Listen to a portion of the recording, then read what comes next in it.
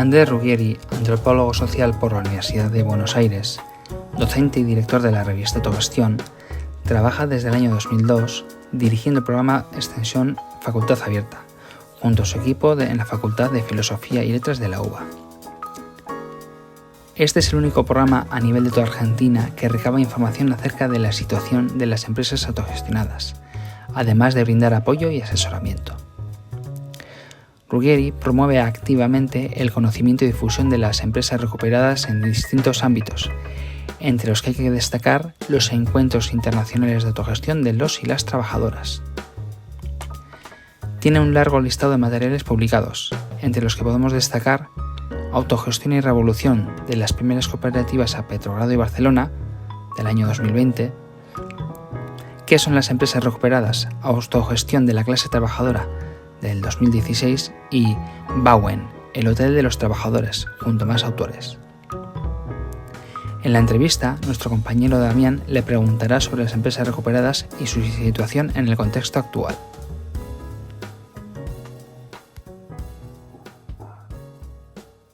Vale, perfecto. Bueno, pues nada, en primer lugar, buenas tardes, Andrés. Gracias por atendernos. Vamos a ver, primero vamos a hacer una pequeña presentación. Hoy nuestro invitado a las conversaciones con el Instituto de Ciencias Económicas de la Autogestión es Andrés Ruggieri, director del programa Facultad Abierta de la Facultad de Filosofía de la Universidad de Buenos Aires, director del Centro de Documentación de Empresas Recuperadas por los Trabajadores y coordinador desde el 2007 de la organización Encuentro Internacional de la Economía de los Trabajadores.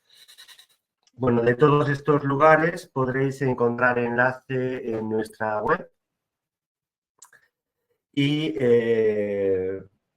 también quiero decir que, bueno, el autor, Andrés Ruggieri, es autor de 2 libros de referencia, ¿no?, para todo el que quiera interesarse por lo que es el movimiento obrero y, bueno, la autogestión de las organizaciones económicas. En primer lugar, recomendar el libro ¿Qué es una empresa recuperada? ¿Qué son las empresas recuperadas? De lo que hablaremos ahora en esta entrevista.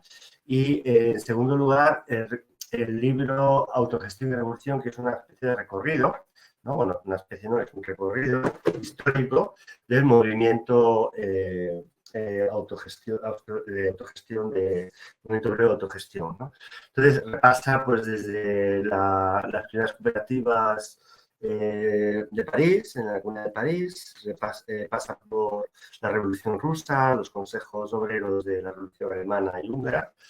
Nos habla también del Bienio Rojo italiano y analiza en profundidad la revolución del 36 con la Confederación Nacional de Trabajadores, la CNT. Vale, entonces, bueno, en primer lugar, un poco para poner un poco en situación a los que nos están escuchando, ¿de qué hablamos cuando hablamos de empresas recuperadas por los trabajadores? Bien, bueno, antes que nada, buenas tardes, buenas noches allá. Y gracias por la entrevista, por el espacio, para discutir, debatir estos temas de la autogestión, la mención a los libros, etc. Bueno, empresas recuperadas es una denominación que surgió acá en Argentina alrededor de la crisis del 2001. En diciembre del 2001, el periodo neoliberal de políticas de gobiernos neoliberales que veníamos sufriendo en la Argentina desde el año 89 explotó por los aires y hubo una enorme crisis. En esa crisis aparecieron una serie de tomas de fábrica que generaron mucho impacto en la opinión pública, en los medios, pero especialmente en las organizaciones obreras, populares. que vieron una cantidad de trabajadores ocupando fábricas para ponerlas a producir. Ese fenómeno se empezó a llamar por esa época empresas recuperadas por sus trabajadores. Fue algo que los propios protagonistas empezaron a usar ese término. Digamos, no es una denominación que viene del campo académico, del campo político, teórico, ideológico, sino que fue una forma que empezaron a usar los mismos protagonistas de estos sucesos para denominar lo que estaban haciendo, empresas recuperadas. Es decir, empresas que habían quebrado o que habían cerrado y que estaban siendo ocupadas y puestas en producción nuevamente por sus trabajadores, generalmente bajo formas de cooperativas de trabajo o bajo prácticas autogestionarias. Y se ha ido tomando ese término, se lo empezó a usar y se empezó a utilizar también en otros países, ¿no? No solamente en Argentina, sino también en Uruguay, en Brasil, y así se fue expandiendo y terminó imponiéndose esa forma de hablar de este proceso, en que empresas que eran capitalistas tradicionales, verticales, con un propietario y empleados, pasan a ser empresas gestionadas por el colectivo de trabajadores que la logra poner en funcionamiento nuevamente a través de distintos procesos de lucha. Entonces a eso que en otra época se le hubiera dicho autogestión, cooperativa, de distintas maneras, o hasta colectivizaciones, acá se empezó a llamar empresas recuperadas. La diferencia con otros procesos es que acá no hubo, digamos, hubo más que nada un proceso de resistencia a las consecuencias más brutales de los proyectos neoliberales, ¿no? Son modelos de resistencia, no modelos revolucionarios, ¿no? Que intentan cambiar el conjunto de la sociedad y economía. Las empresas recuperadas se dan en eh, casos concretos, a veces aislados, a veces relacionados entre sí, pero no es un proceso generalizado. Sí, decías, bueno, en línea un poco con lo que acabas de comentar, ¿no? Estas movilizaciones que surgen como una respuesta dramática, ¿no? A una situación trágica, situación económica y social trágica, ¿no? Decías que en el libro de ¿Qué son las empresas recuperadas?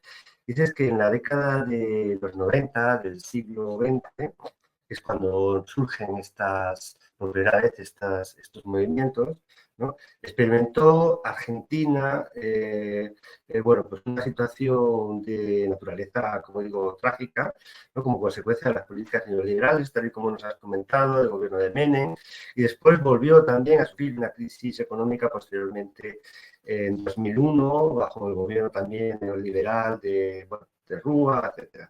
Entonces, la pregunta que quería hacerte en este sentido, podemos decir que el movimiento de las empresas recuperadas de los trabajadores fue un proceso de maduración directamente proporcional a la agresividad, ¿no? De las políticas neoliberales, de las élites gobernantes en ese momento, o cómo podemos ubicarlo en ese contexto. Sí, seguramente, seguramente. Efectivamente es así. En el 2001 lo que apareció fue bueno, una crisis que hizo que el gobierno cayera. En ese momento cayó el gobierno de la Rúa, que era continuidad del gobierno de Menem, que fue el que inició el proceso neoliberal en esa etapa. Antes también hubo otros. La dictadura militar, básicamente, del 76 al 83 fue la que pone las bases de todo el modelo neoliberal que después se continúa de alguna manera hasta el día de hoy, ¿no? Ahora tenemos a este personaje tan notorio de Milei. Hay una continuidad en todos estos procesos.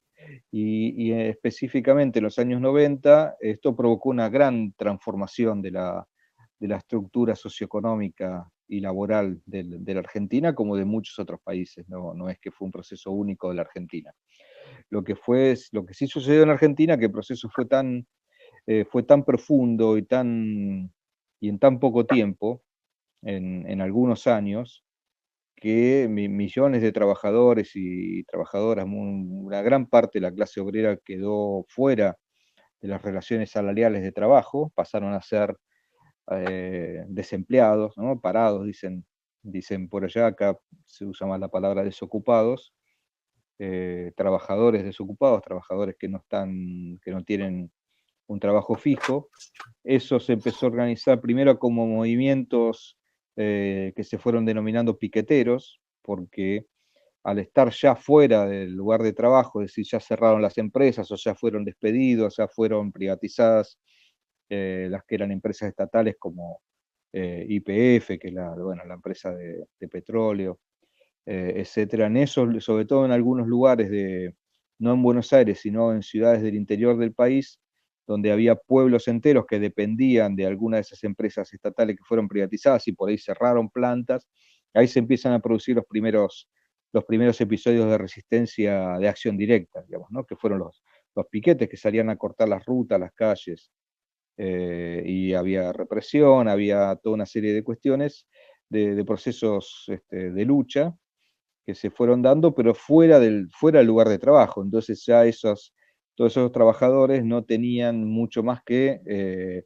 tratar de llamar la atención, reclamar al Estado algún tipo de respuesta, reclamar por trabajo, pero ya habían perdido sus trabajos.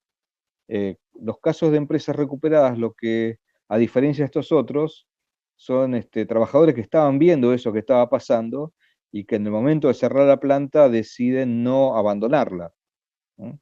Deciden tratar de conservar ese lugar en el que estaban trabajando, aunque no estuvieran los patrones.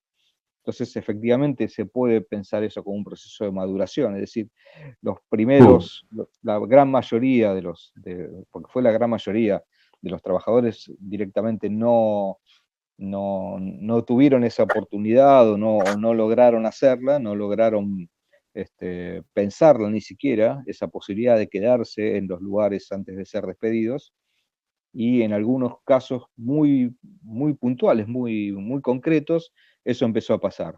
Alguna fábrica metalúrgica, porque había una sección sindical en el sur de Gran Buenos Aires que empezó a plantear la estrategia de la ocupación y la formación de cooperativas como forma de defender los puestos de trabajo, y en algún lugar en la Patagonia, en Sanón, la cerámica Sanón, que se pasó a llamar después Fasimpat, ¿no? Fábrica sin patrones, y algunos otros casos muy concretos que al principio no se relacionaban entre sí, estaban muy aislados, ¿no? Uno acá, otro allá, otro en otro lado, y lo que provocó sí la gran crisis del 2001 fue que todo ese movimiento se empezara a juntar, y ahí adquirir algún tipo de organización común, una identidad, es ahí cuando aparece la denominación de empresas recuperadas, entonces ahí adquiere otra escala.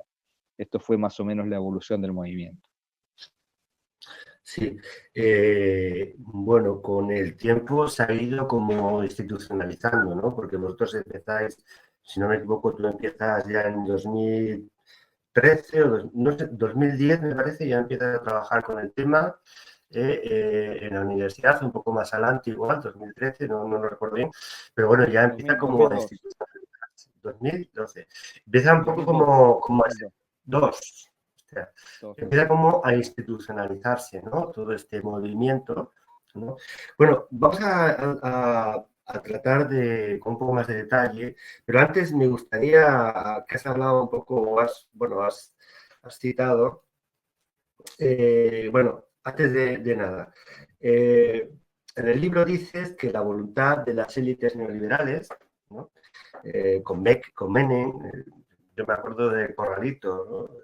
El famoso Corralito de Menem, que fue realmente una situación gravísima, ¿no? Para la sociedad argentina, ¿no?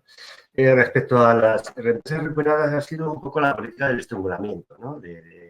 Bueno, digamos, mientras que las de las élites socialliberales, los Kirchner, etcétera, pues ha sido más una relación de consentimiento, ¿no? Bien, un poco en relación a lo que antes lo citaste, hablabas de un elemento, ¿no? Que ha aparecido ahora en la Argentina, lleva 6 meses gobernando. Me gustaría que si pudieras decirnos, describirnos cuál es la situación hoy del movimiento de las empresas recuperadas por los trabajadores bajo el gobierno ultraliberal de Milei. Y bueno, en el caso, bueno, podemos abrir un poco línea de conversación, ¿no? Un poco dependiendo un poco de cómo vayas respondiendo, pero ¿cuál es la situación ahora mismo de las empresas recuperadas bajo la amenaza del gobierno ultraliberal de Milei? Sí, todavía no está muy claro qué es lo que está pasando en el sentido de cuál va a ser la política de este gobierno, ¿no? Este gobierno es mucho peor que cualquiera de los anteriores, ¿no? Es de un ultraliberalismo tan desenfrenado que no puede compararse, aunque tiene puntos en común, ¿no? Con los anteriores, no puede compararse. Los propósitos de este gobierno, que hay que ver hasta qué es lo que logra realmente de todo lo que dicen que quieren hacer. Por ahora han provocado un daño económico muy grande, pero específicamente de las cooperativas y las empresas recuperadas hasta ahora no se han ocupado, no han dado grandes pasos, ¿no? En relación a eso. Sí estamos intentando anticiparnos a esa situación, ¿no? Tratar de ver cómo se puede organizar mejor el movimiento, porque está muy disperso y también fragmentado entre distintas organizaciones. Esto fue una evolución de ya de 20 años o 30 años, ¿no? Y en ese tiempo, como bien dijiste, hubo distintas políticas desde el Estado. Primero hubo un movimiento que fue surgiendo, como veníamos diciendo, ¿no? De alguna manera, no sé si llamarlo espontáneo, pero sí en brotes en distintos lugares en forma aislada. Eso fue durante el gobierno de Menem. Para precisar los tiempos, ¿no? El gobierno de Menem fue entre 1989 y 1999, ¿no? Fueron dos gobiernos, en el medio hizo una reforma de la Constitución que le permitió la reelección, porque acá anteriormente no estaba permitido, y eso fue un gobierno de 10 años. Después vino el de la Rúa, el corralito, y el estallido social fue con de la Rúa, que no cambió la política económica de Menem y fue todas las consecuencias sociales y políticas, la destrucción social y económica que había hecho Menem, le explotaron en la cara a de la Rúa, ¿no? Y ahí fue cuando el mismo ministro de Economía que había estado con Menem, que era Domingo Cavallo, fue el que hizo el corralito, por eso por ahí también a veces la asociación, ¿no? Entonces, Ah, después sí, en esa época yo creo que no hubo una situación de demasiada agresividad contra las empresas recuperadas porque eran muy pocas y prácticamente casos desconocidos, ¿no?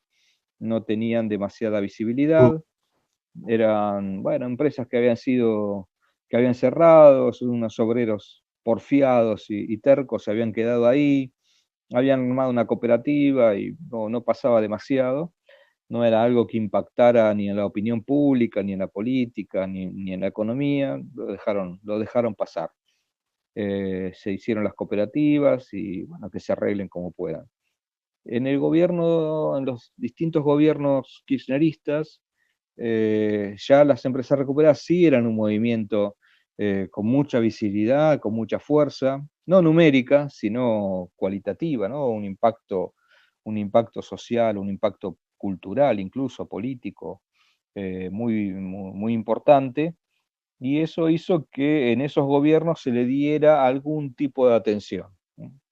Algún apoyo económico, ninguna solución de fondo, ninguna solución estructural, para legalizar o para que, bueno, por ejemplo, tuvieran derechos los trabajadores de las recuperadas, adquirieran derechos laborales, porque acá en la Argentina las cooperativas de trabajadores tienen una legislación muy pobre que por lo, y lo que pasa con esos trabajadores que tenían determinados derechos que fueron conquistas históricas, ¿no? Del movimiento obrero, como en muchos países a lo largo de muchos años, pero eran conquistas para los asalariados, no para los trabajadores cooperativistas. Entonces, ahí hay un problema que no fue solucionado hasta ahora, hasta el día de hoy, ¿no? Entonces, acceso a la seguridad social, acceso a la salud, bueno, todas esas cosas no han sido, se recupera el trabajo, se recupera la ocupación, se recupera la empresa, pero no se recuperan esos derechos, de la misma manera que tienen los trabajadores asalariados formales. Entonces, eso nunca pasó con ninguno de los gobiernos. Sin embargo, la situación económica fue mejorando, se volvió a expandir el mercado interno y eso permitió que todas esas empresas trabajaran mucho mejor de lo que había sido en el periodo previo. Después, bueno, terminan los gobiernos de Cristina Kirchner y viene Mauricio Macri, que fue también otra avanzada, el regreso del neoliberalismo al gobierno directamente con un empresario. Y ahí sí hubo ciertas acciones agresivas contra las empresas recuperadas, hubo desalojos, hubo un veto presidencial a la ley de expropiación del Hotel Bauen, por ejemplo. Hubo varias expresiones en contra de las empresas recuperadas. Eso, los tarifazos, ¿no? El aumento enorme de las tarifas de energía eléctrica, de gas, que no fueron solamente para las empresas recuperadas, fueron generalizadas, pero las empresas recuperadas fueron posiblemente el sector que más haya luchado para tratar de combatir esa situación.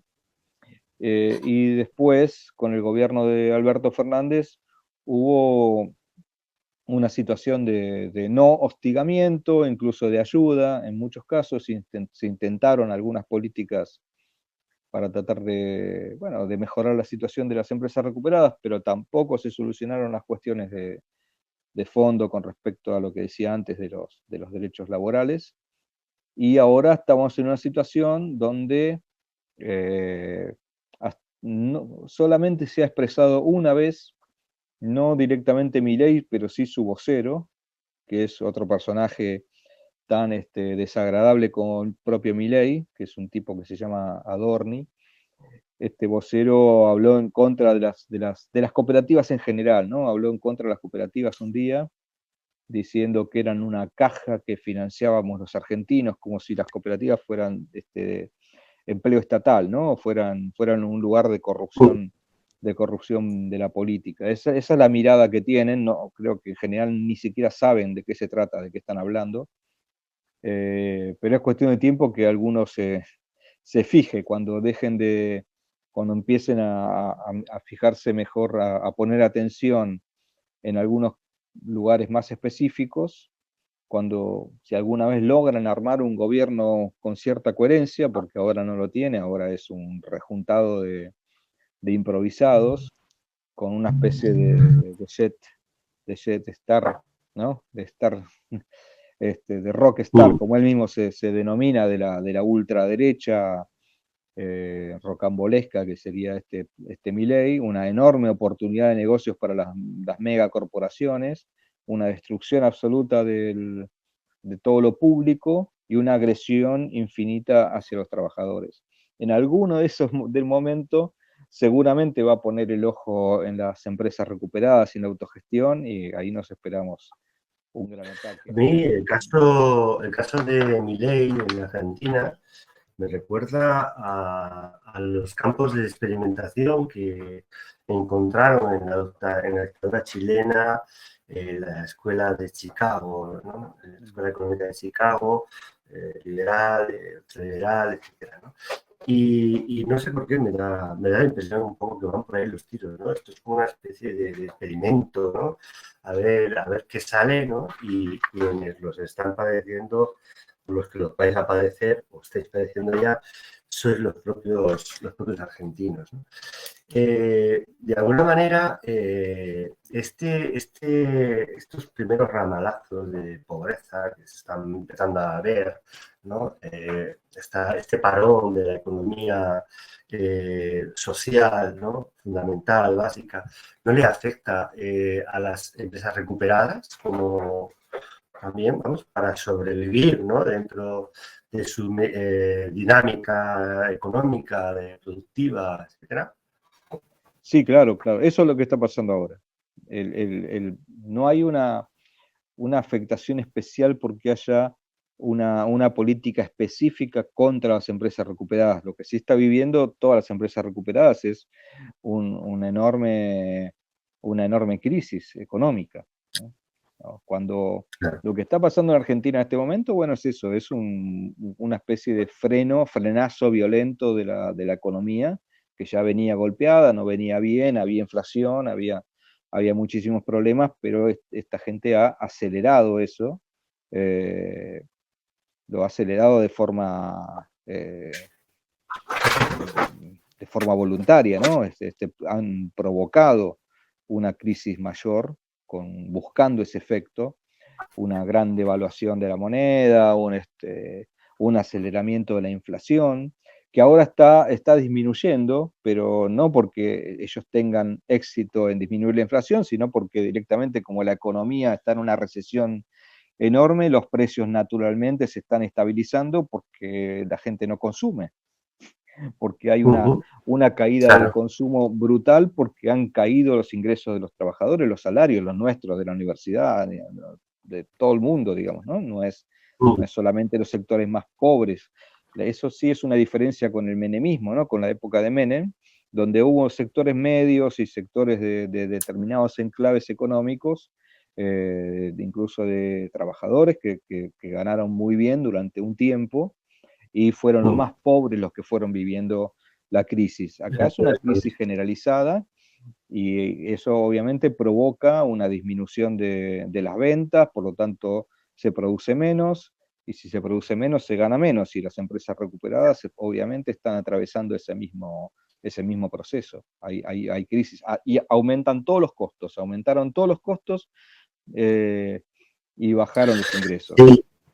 Yo pensaba un poco en antes cuando hacías la comparativa, ¿no? De la situación de los trabajadores autogobernados y esa falta de derechos, ¿no? O esa pérdida de derechos que tienen en relación a la salud, en relación a... Posiblemente esta crisis, ¿no? Económica les afecte incluso más, ¿no? Todavía que al resto de trabajadores, al resto de tal, que bueno, de alguna manera algunos de las garantías de protección del estado de bienestar podrían cubrirles, ¿no? Pero bueno, en este caso parece que no. Quería seguir un poco, vamos a meternos un poco más a reconocer el funcionamiento y bueno, como la vida, ¿no? de las empresas recuperadas por los trabajadores en Argentina, ¿no? En tu libro, que son las empresas recuperadas, detallas las diferentes barreras y retos que estas empresas, las RTs, deben afrontar, ¿no? Esquemáticamente podríamos decir, ¿no? Que hay tres grupos importantes por su carácter existencial, ¿no? Expropiación y barreras judiciales, reanudación productiva y mercado capitalista y estructuración interna. Así un poco por partes. En lo que se refiere a la expropiación, aquí para entendernos, la expropiación, para tener a los que escuchen esta entrevista desde España, cuando hablamos de expropiación, estamos hablando de la expropiación de los trabajadores de la organización económica, ¿no? Respecto a los primeros momentos, más concretamente lo que se refiere a la expropiación, ¿puedes describirnos los principales retos que deben afrontar las empresas recuperadas por los trabajadores? ¿Qué estrategias aplican para resistir? ¿Qué argumentos se emplean frente a esa controversia judicial que hablas en tu libro en lo que respecta a la primacía judicial que salvaguarda el principio capitalista de propiedad privada frente, ¿no? a la defensa de los trabajadores, la defensa del derecho al trabajo, ¿no? ¿Cómo podrías describir estos retos? Así, sucintamente, ¿no? Yo quiera explorar con un poco más de profundidad, pude acceder al libro, adquirir el libro y leerlo. La verdad es que es un placer leerlo. tengo que decirlo, es una fácil lectura, una fácil comprensión, pero también de una elaboración compleja y bueno, la verdad es que es de agradecer encontrarte con estos libros en estos espacios, ¿no?, de interés en el que nos movemos, ¿no? Bueno, volviendo a la pregunta, no quiero preguntarte eso, que de estos primeros momentos, ¿cómo podrías describirnos esos principales retos, ¿no?, en la experiencia? Sí, es bastante complicado entender de esas cuestiones judiciales, ¿no? Porque primero hay un proceso económico, de base, económico y de lucha de los trabajadores, ¿no? Hay una empresa que quiebra, una empresa que cierra, pero esos cierres habitualmente fueron producto de maniobras fraudulentas por parte de los empresarios. Es decir, sobre todo en la época neoliberal, una de las características acá en la Argentina y en general, ¿no?, de los procesos neoliberales en los países periféricos, quizá no en los países industrializados o plenamente industrializados. Argentina es un país con bastante industria, o era, no sé cuánto vamos a seguir teniendo industria, pero un país con una industrialización media, ¿no?, digamos, una de las mayores de América Latina, pero lejos de los países europeos, pero sin embargo con una capacidad productiva relativamente importante, y lo que hacen los neoliberales es justamente abrir las importaciones, quitar todas las barreras de protección de la industria, y hacer una maniobra también con el tipo de cambio, que fue la famosa convertibilidad, que era por ley equiparar un peso a un dólar. Era una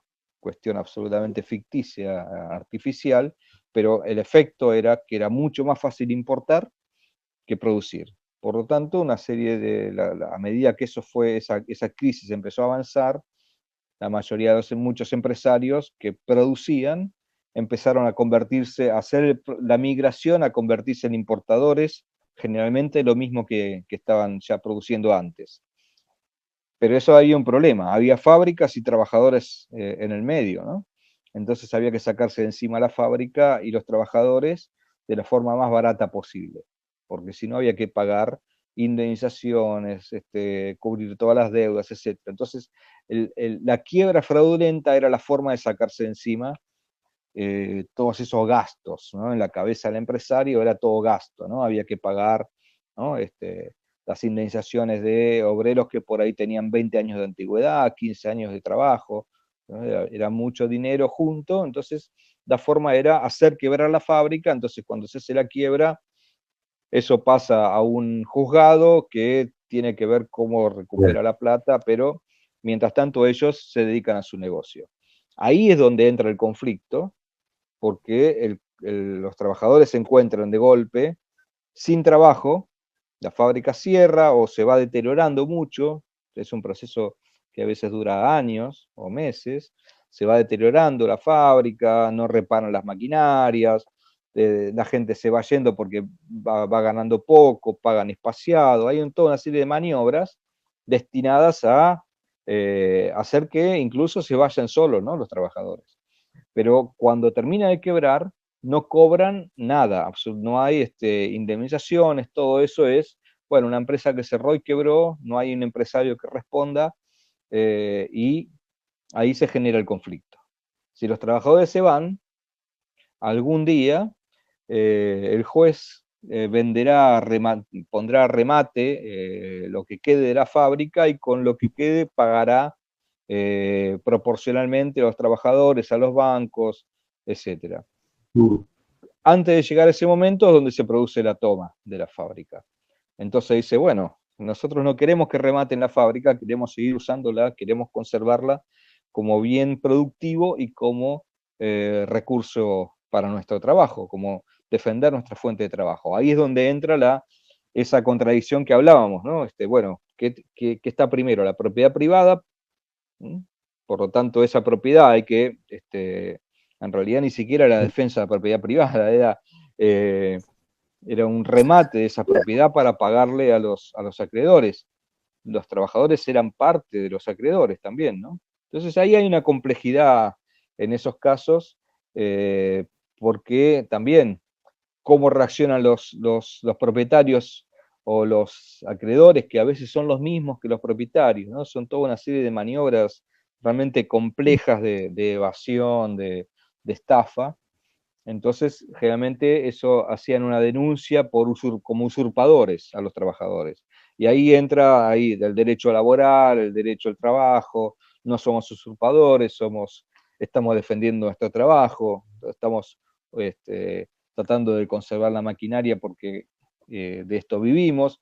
Y ahí, bueno, entra toda una cuestión ahí con los jueces. Dependiendo de la época, del Ya, momento político, eso se resuelve de distintas maneras. Ahora no se ya, resuelve prácticamente de ninguna manera, pero en un momento se logró que eso fuera a las legislaturas, a las cámaras legislativas de las distintas provincias y se votaran leyes de expropiación. Entonces se expropiaba y se cedía eso, se lo sacaba de ese conflicto a la fábrica, al terreno, a la maquinaria, y se lo daba a la cooperativa de trabajadores. Esa fue durante varios años la forma de resolver, ¿eh? De resolver o esa sea que cuestión. la fórmula que encontraste fue la de constituir los trabajadores que recuperaban la empresa, constituirse como cooperativa y actuar como tal, ¿no?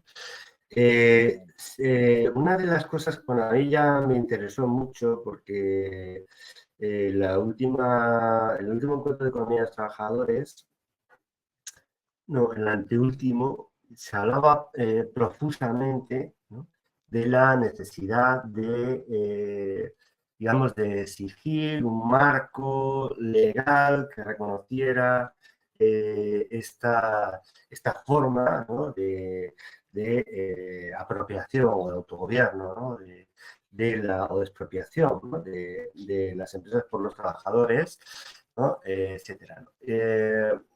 ¿Cómo se ha avanzado en esto? ¿Se ha avanzado algo? Al menos, no quiero decir desde el punto de vista legal, ¿no?, que obviamente ya sabemos que no, pero desde el punto de vista del debate interno dentro de las organizaciones que agrupan a estas empresas recuperadas, si se ha ya alcanzado digamos, un acuerdo, ¿no?, de qué modelo, qué fórmula legislativa se puede invocar, ¿no?, a las élites gobernantes, bueno, a los gobiernos, para que se implemente, ¿no? Si se tiene ya una idea de cuál sería el modelo ideal, ¿no?, vamos a llamarlo así, ideal, ¿no?, que debería apoyarse socialmente y tal, ¿no? Hay cierto consenso, en que tiene que ser reconocido el trabajo autogestionado como una forma diferente de trabajo, ¿no? O sea, el trabajo colectivo como una forma de trabajo que es diferente, el trabajo asalariado dependiente, es decir, como ¿no?, de un empleador, y del trabajo por cuenta propia, ¿no?, el trabajo individual, ¿no?, como algo distinto, ¿no?, que tiene que tener sus propias formas, sus propias lógicas, sus propias legislación, sus propios establecimientos de derechos de seguridad social, de salud, de resolución de conflictos, etcétera. Digamos, es irrumpir de alguna manera en la legislación de las formas capitalistas de producción con una forma de Claro. trabajo colectivo y propiedad colectiva, lo cual obviamente es muy difícil, ¿no? Porque es una ruptura seria con toda la lógica a través de la cual se organiza, ¿no?, la sociedad capitalista, ¿no?, las formas legislativas, jurídicas de la sociedad capitalista, pero eso es de alguna manera lo que se plantea, ¿no? Hay algún ejemplo en algunos países de América Latina donde se reconoce constitucionalmente la economía social popular, hay distintas distintas cuestiones, nunca es algo que después en la práctica se haya llevado adelante demasiado en otros países, pero básicamente esa es la idea. Y hay proyectos de ley, proyectos más avanzados, menos avanzados, intermedios, hay un poco de todo, hay debates sobre el financiamiento, sobre si todo tiene que salir de la, del, digamos, de la propia actividad de las organizaciones, o también tiene que haber financiamiento público para determinadas cuestiones. Se lo ven en general como una cuestión de justicia. Si los capitalistas reciben subsidios, ¿por qué no va a recibir también la economía autogestionaria su parte, digamos, ¿no? No es necesariamente que se plantee que tiene que ser financiada por el Estado, ¿no? Sino, bueno, nosotros queremos participar del reparto del que participan los demás. Pero bueno, no hubo mayores avances, ¿no? En términos prácticos para eso, pero sí en términos de debate. Vale, a mí me parece muy interesante, es decir, me parece muy interesante que se madure un proyecto legislativo, un proyecto legal, que en un momento dado en el que se junten los astros, ¿no? Y se den las oportunidades necesarias, se pueda, ¿no? De alguna manera implementar, ¿no? En lo que es la dinámica económica, social de una sociedad, ¿no? Yo creo que es un pasito, pero un pasito seguramente importante. Posiblemente semilla, ¿no? Para, digamos, cuando ese capitalismo brutal, ¿no? Que parece que quiere ensayarse en la Argentina, pues de alguna manera reviente, ¿no? Pues sería seguramente una buena ocasión, ¿no? Para obligar, ¿no? a que implementen este tipo de medidas. Vamos un poco a avanzar en lo que ya sería, una vez ya los trabajadores han alcanzado este punto de expropiación, han resistido, han tomado la fábrica, se quedan en la fábrica. Bueno, la reanudación productiva, ¿no? En este apartado describes una serie de problemas, ¿no? El primero y fundamental, sin duda, tiene que ver con el hecho de que no dejan de ser empresas funcionando en un mercado capitalista. Y bueno, esta situación, por un lado, les obliga a estas empresas a sobrevivir en un mercado agresivo y competitivo, pero por otro también a resignificarse, ¿no? como empresas con objetivos diferentes, ¿no? A mí me gustó mucho leer cuando hablabas de la necesidad de modificar el concepto de, por ejemplo, viabilidad económica, ¿no? O objetivos económicos, ¿no? Cómo estas empresas resignificaban todas estas enclaves, ¿no? Culturales, económicos, etcétera, ¿no? Bueno, y la pregunta es, ¿cuáles serían las claves de esta resignificación, ¿no? Es decir, habíamos hablado de viabilidad, habíamos hablado pero en el fondo, ¿qué lleva a los trabajadores, ¿no? A decir, bueno, es que esto hay que replantear. Esto es decir, no podemos, ¿no? Producir, reanudar, sobrevivir en este esquema, ¿no? Sí, ese es un debate que es realmente interesante y estratégico, es como el anterior, ¿no? Que hablamos de las formas jurídicas del trabajo colectivo, ¿no? Del trabajo autogestionado. También está esta cuestión, obviamente, de los objetivos, porque ¿para qué se hace esto? ¿No? En el caso de las empresas recuperadas está claro que el primer objetivo es trabajar, ¿no? Es tener medios de vida, ¿no? Entonces, toda la lucha tiene primero ese primer escalón que es fundamental, porque si eso no se logra, todo lo demás no tiene mayor sentido, ¿no? Incluso puede darse el caso, ¿no? De empresas que se han recuperado y que terminan siendo lugares que no son productivos y que dan lugar a cosas muy valiosas, ¿no? En términos culturales, sociales, se ubican emprendimientos, se recupera un espacio, pero no se recupera la actividad productiva. Eso también ha sucedido. Entonces, el primer escalón es recuperar la actividad laboral de forma que esos trabajadores puedan llevar una vida digna. Y ahí es donde aparece también, justamente como consecuencia directa de ese primer momento, esta cuestión de la viabilidad. Porque en términos capitalistas eso no es viable.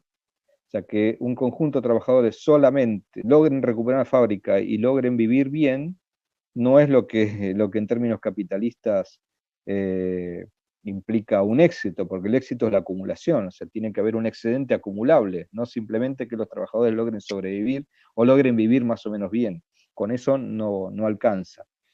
Entonces, en esos términos muchas veces venían ingenieros, venían economistas, gente a visitar las empresas recuperadas y decían, pero si esto no es viable, ¿no? Esto no es viable, ustedes cuando pase determinada cosa no van a poder responder. Y a veces en el largo plazo se empiezan a ver ese tipo de límites, ¿no? Por ejemplo, en el momento de renovar maquinaria, de hacer algún tipo de inversión, de inversiones grandes, fuertes, ¿no? O si hay que abandonar el lugar y ir a otro lugar más grande o más chico, no importa, pero que no se puede sostener el mismo espacio, ahí es donde aparecen esas limitaciones.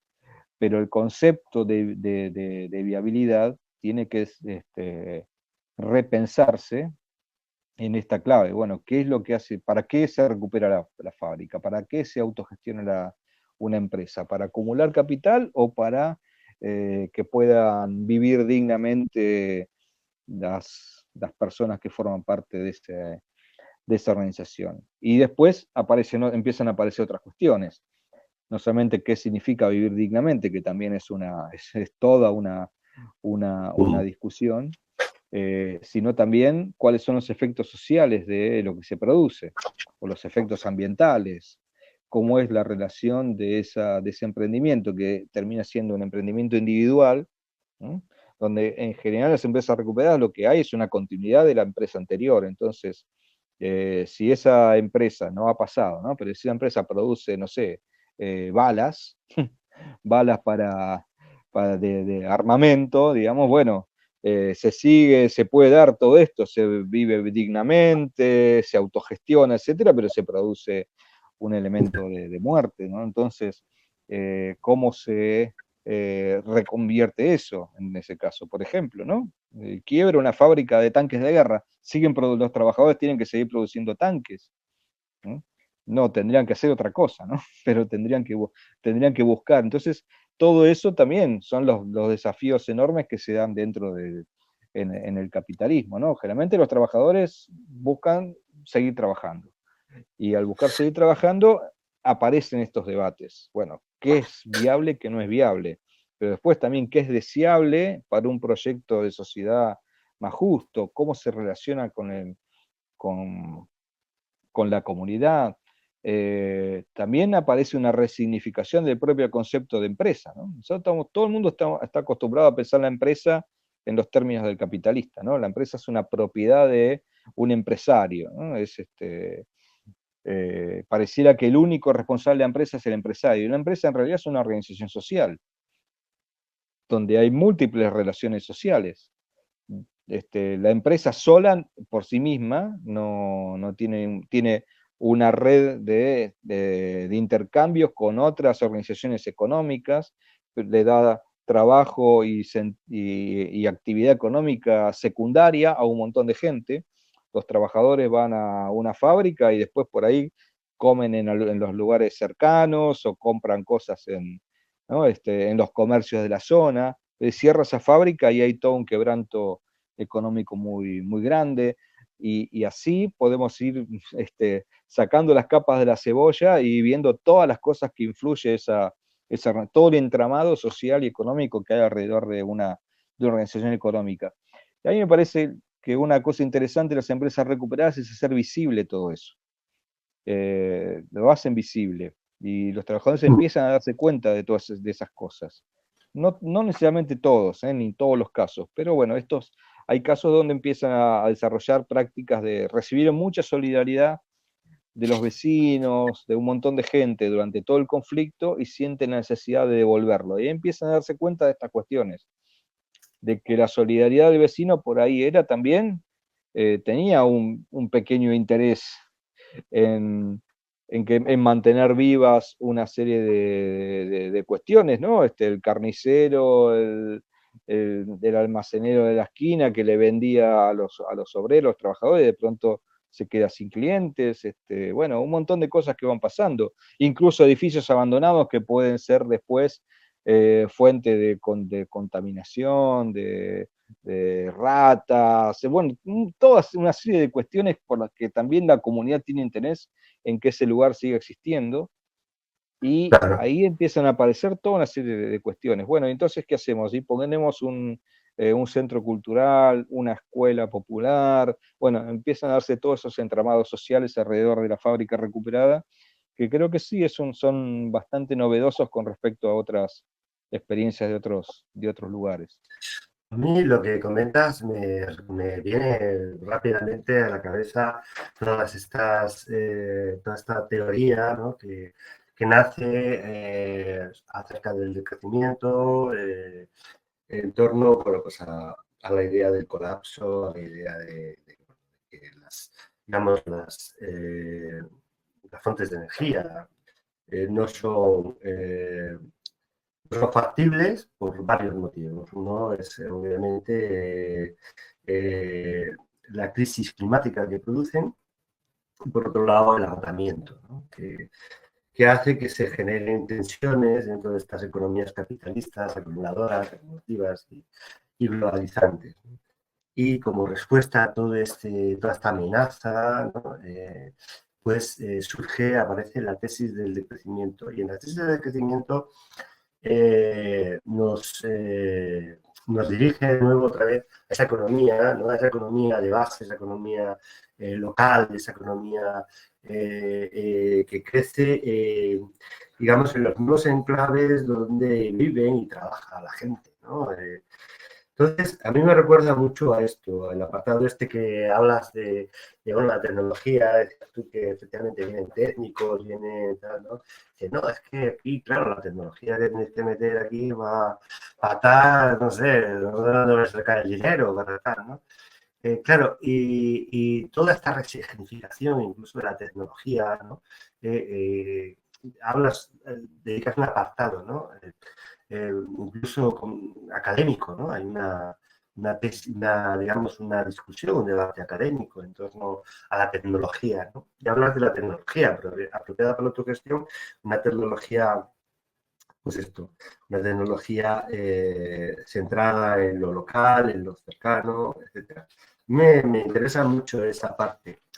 Y voy a acelerar un poquillo, porque quería conectar esto con algunas preguntas que me han planteado algunos compañeros de Licea, que tienen que ver un poco con esta idea bueno, que en las diferentes historias, ¿no? digamos, la ocupación de las empresas, etcétera, etcétera. Estoy pensando en la revolución social del 36 en Aragón y Barcelona y tal.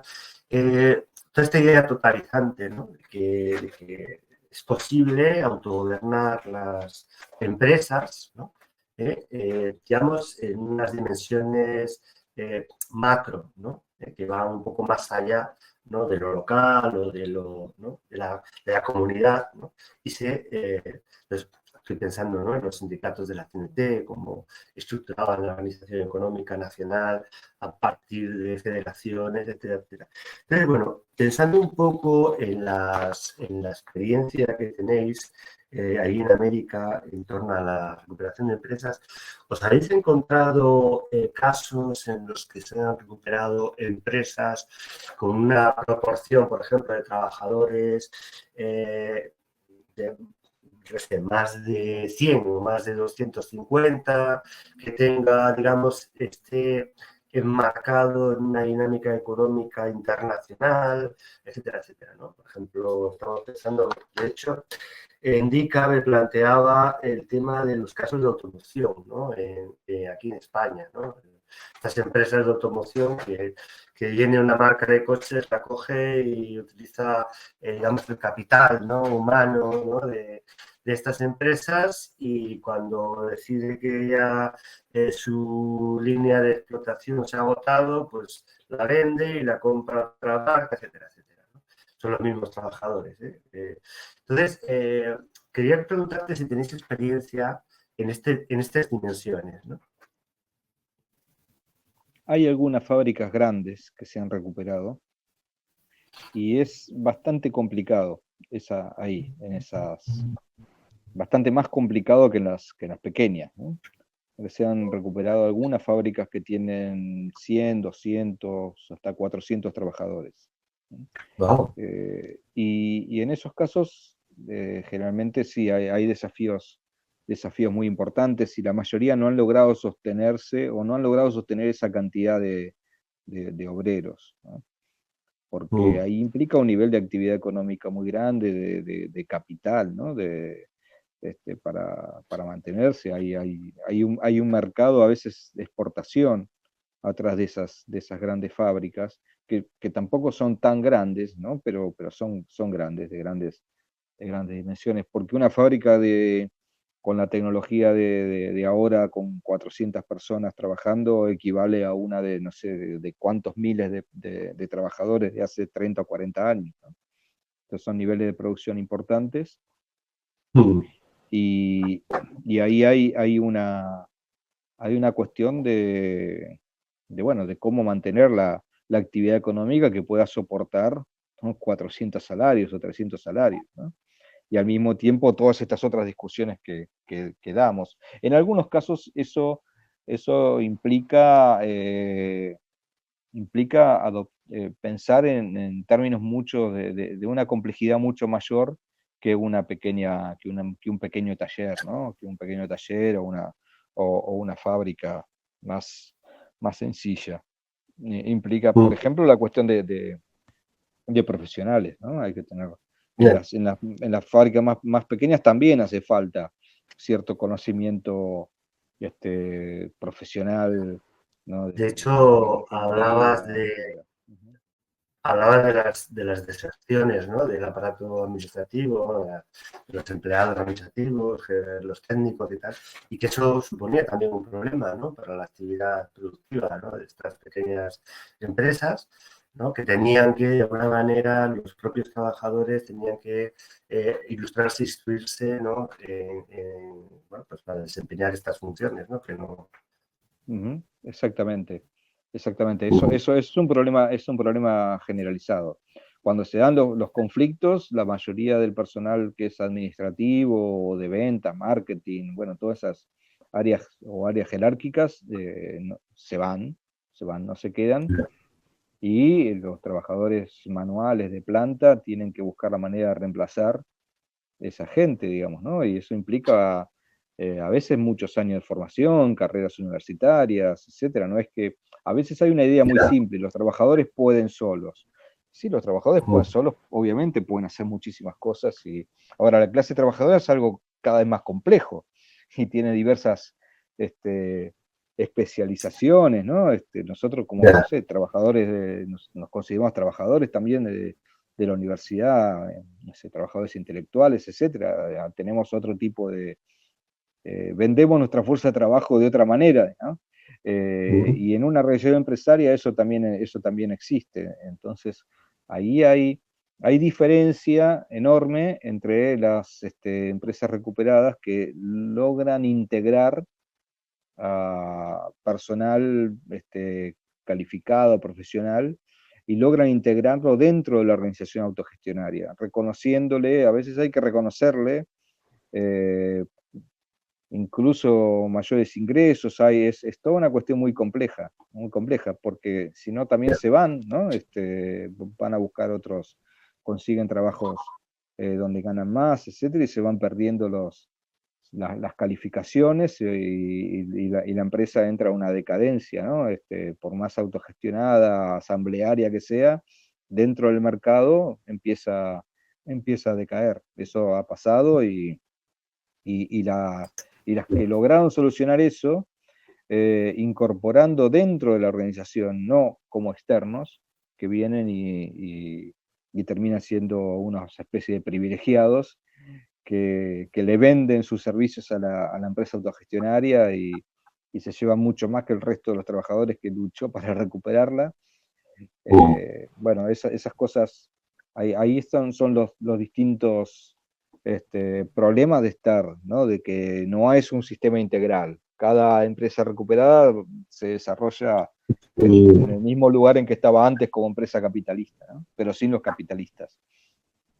Y hay algunos casos, algunas cuestiones interesantes. Yo creo que también hay otra cuestión a tener en cuenta, y es que las grandes fábricas capitalistas ya no se financian a sí mismas con lo que sacan de esa producción. El capital es una estructura cada vez más concentrada y al mismo tiempo más compleja, ¿no? Son financiamientos cruzados que existen.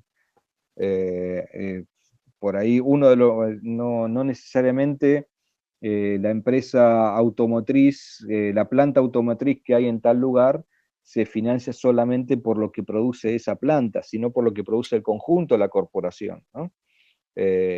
Y cuando se recupera una porción de esa estructura, esa porción sola no logra sobrevivir autónomamente. Tiene que integrarse con otras estructuras de gran producción o de gran capacidad financiera, más todos los negocios financieros del capital transnacional, etc. Ha pasado también, por ejemplo, en México hay una gran cooperativa, una gran empresa que se recuperó, que era una empresa de neumáticos. La firma original se llamaba Euskadi. Y después era Continental, ¿no? La empresa alemana de neumáticos, cubiertas, ¿no? Bueno, cuando Continental decide cerrar esa planta y los trabajadores luchan para que no cierre y terminan formando una empresa, una cooperativa, una empresa recuperada en rigor, aunque no la llaman así, al poco tiempo se dieron cuenta que ellos no podían financiar la renovación de la línea para mantenerse en el mercado de neumáticos que se exportaban a Estados Unidos, que el mercado de esa empresa no era México, sino que era Estados Unidos. Entonces se tuvieron que asociar con una empresa de Estados Unidos y en un momento, para poder renovar la tecnología y tener un socio que vendiera su producción. Entonces ahí es donde se entra en otras dimensiones más complejas, ¿no? Más complejas, donde ahí se empieza a pensar, bueno, realmente no alcanza solo con que los trabajadores autogestionen una planta, ¿no? No alcanza Pero nunca sí más con los que, trabajadores. Sí. sí que se da el caso de apoyo entre empresas recuperadas, ¿no?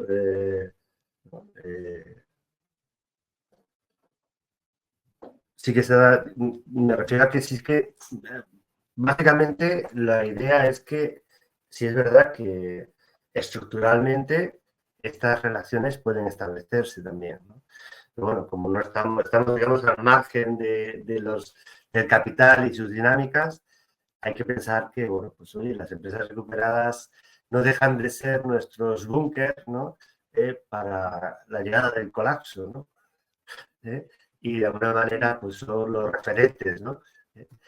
Para poder, digamos, sobrevivir, ¿no? Un poco a la situación que parece que atenaza el futuro, ¿no? A medio plazo. Bueno, oye, pues nada, agradecerte muchísimo esta conversación, se nos quedan muchas cosas en el tintero, de hecho se me quedan 4 preguntas sin hacerte, pero bueno, lo que ya hemos abusado mucho del tiempo. Pues nada, esperemos que nos volvamos otra vez a ver y nada, seguir conversando. Venga, muchísimas gracias, Andrés. No, de nada, muchas gracias a ustedes y sí, quedan muchas cosas, siempre hay mucho para conversar. Hay instancias también, ¿no? De debate, encuentros, Sí. va a haber un encuentro en Barcelona en octubre, ¿no? De la red de economías trabajadores. Así que bueno, momentos y intercapacidad, momentos para intercambio va a haber muchos, ahí. Así que En el seguiremos ISEA en otro momento. ya estamos planteando cosas, para ese encuentro de octubre. Bueno, muy bien. Tenemos aquí a Antonio preparando cosas y eso. Bueno. Venga, pues nada, un abrazo muy fuerte.